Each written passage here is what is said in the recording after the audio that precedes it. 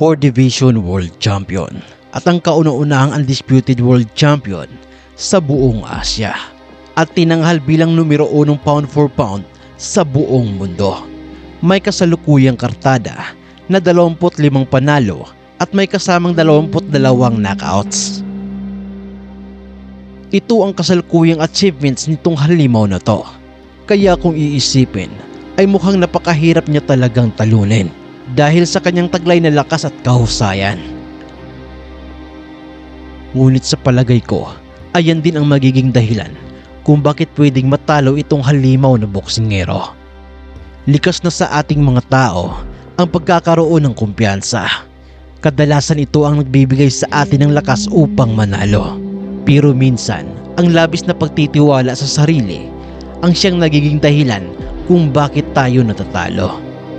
Kung babalikan natin ang kasaysayan, ay kalimitan ganito ang nangyayari sa mga magagaling na boksingero. Kaya naman, hindi malabong ganito rin ang mangyari dito sa The Monster na sina Naoya Inoue.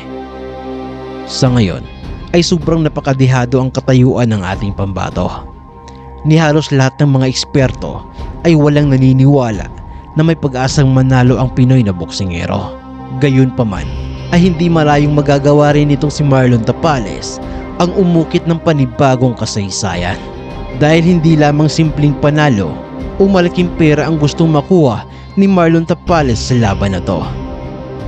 Bilang ang kauna-unahang Pilipino na maging isang undisputed world champion sa larangan ng boxing. Bagay na hindi pa nagagawa ng kahit sinumang Pinoy na boksingero.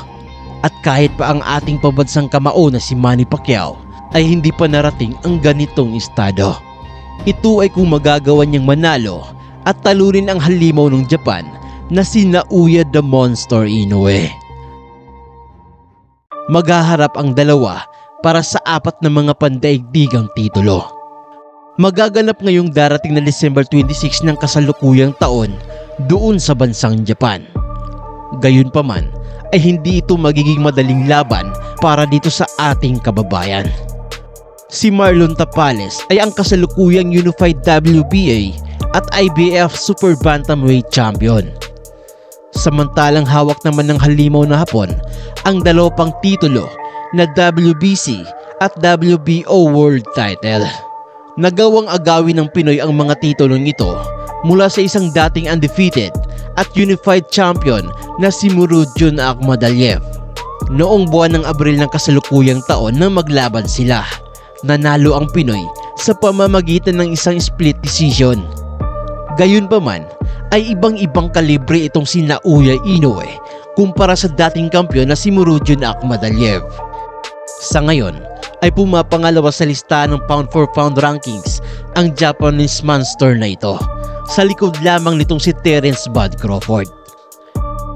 Madali lamang nitong naidispatsa ang dating unified champion at undefeated na si Stephen Fulton, kung saan ay nilamon lamang ito ng halimaw na si Naoya sa pang-8 round ng kanilang laban.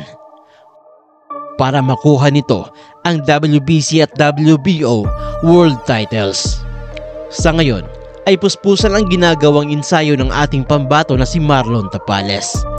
At masasabi nating ito na siguro ang pinakamagandang kondisyon niya sa kanyang buong karera. Pero ang tanong ay magiging sapat na kaya ito upang ma-upset ng ating pambato itong tinaguriang halimaw na boksingero. Kaya naman ngayon ay ipapakita namin sa inyo ang ilan sa mga makasaysayang laban sa boxing kung saan ay nangyari ang mga di makakalimutang upset na laban, kung saan ay nanalo ang ilan sa mga pinakadihadong boksingero. Una na nga sa listahan ang naging laban nitong si James Toney kontra dito kay Michael Nunn. Gaya nitong si Naoya Inoue ay isa ring undefeated na world champion noon itong si Michael Nunn, na mayroong perpektong kartada na 36 wins with 0 loss. Siya ang defending IBF middleweight world champion, habang itong si James Toney naman ay di pa gaanong kilala sa mga panahon na to. Kaya naman wala ring naniniwala sa kanya na kaya niyang manalo kontra sa halimaw na defending world champion. Pero sa gabi ng laban ay nagulat ang lahat ng pabagsakin ni James Toney itong si Michael Nunn sa ibabaw ng lona. Dahil sa husay nitong si Michael Nunn ay nagawa niyang ma-outbox ang kalaban niya sa kabuuan ng bakbakan. Kaya naman inakala na nito na siya na ang mananalo.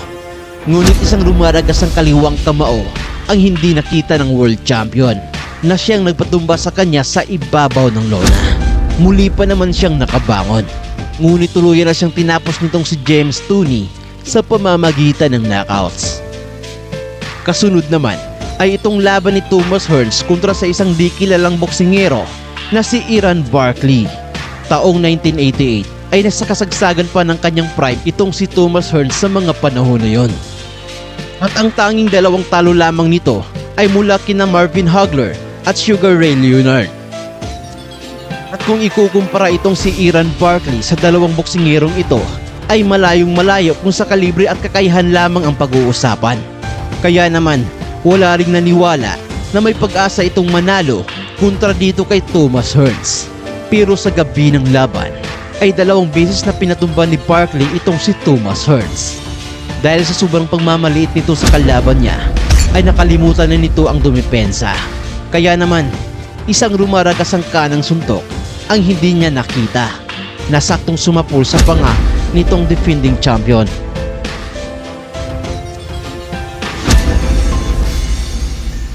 Bagsak si Thomas Hearns at hindi na muling nakabawi pa. At ang panghuli naman ay ang labang Mike Tyson versus James Douglas. Sa buong kasaysayan ng boxing ay wala na sigurong mas malaking upset pa kung ikukumpara mo sa laban na to. Bago pumasok sa loob ng lona ay 42-1 underdog itong di kilalang boksingero. Taong 1990 ay naganap ang bakbakan ng dalawa sa Tokyo, Japan. Bago ang laban, itong si Iron Mike Tyson ang kinikilalang undisputed heavyweight world champion sa buong mundo. Meron itong nakakakilabot na kartada, the 37 wins with 33 knockouts, at wala pang ni isang boksingero ang nakakatalo sa kanya sa mga panahon na to. Habang itong si Buster Douglas naman ay kilala bilang isang journeyman na mayroong kartada na 29 wins with 4 losses. At ni minsan ay hindi pa ito nakakaranas na maging isang world champion nung mga time na yon. Kaya naman malaki ang kumpiyansa ni Mike Tyson at ng mga manunood na lalamunin lamang niya ng buhay itong si Buster Douglas.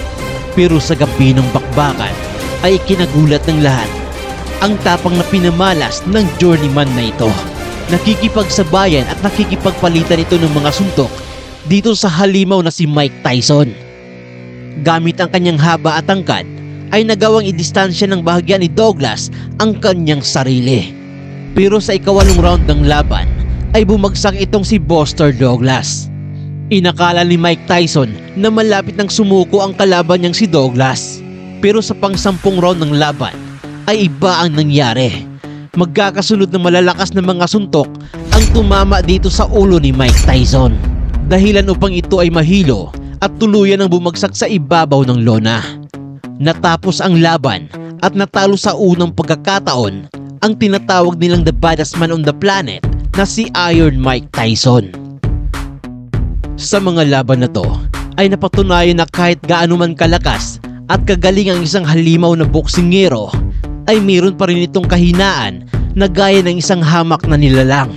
Kaya naman sa palagay ko ay ganito rin ang mindset ng ating kababayan na si Marlon Tapales, na kahit ano pang sabihin ng ibang tao kung gaano kahalimaw ang kalaban niyang boksingero ay paniguradong mayroon pa rin itong kahinaan. At ang labis na kumpiyansa sa sarili ay maaaring yun na nga ang maging dahilan upang matalo na itong si Naoya Inoue. Kaya naman ngayong darating na December 26 ay ipagdasal at suportahan natin ang ating kababayan. Malay mo, baka muli tayong makakita ng isa na namang di ka panipaniwalang upset na panalo. Pero kayo mga ma'am at mga sir, anong prediction ninyo sa darating na laban na to? At bago ko tapusin ang video na ito, ay nais ko muna palang i-shoutout ang trupa nating si Marvin Tabamo aka Kuya Marbs TV. Shoutout sa imo bay at good luck sa imong mga away.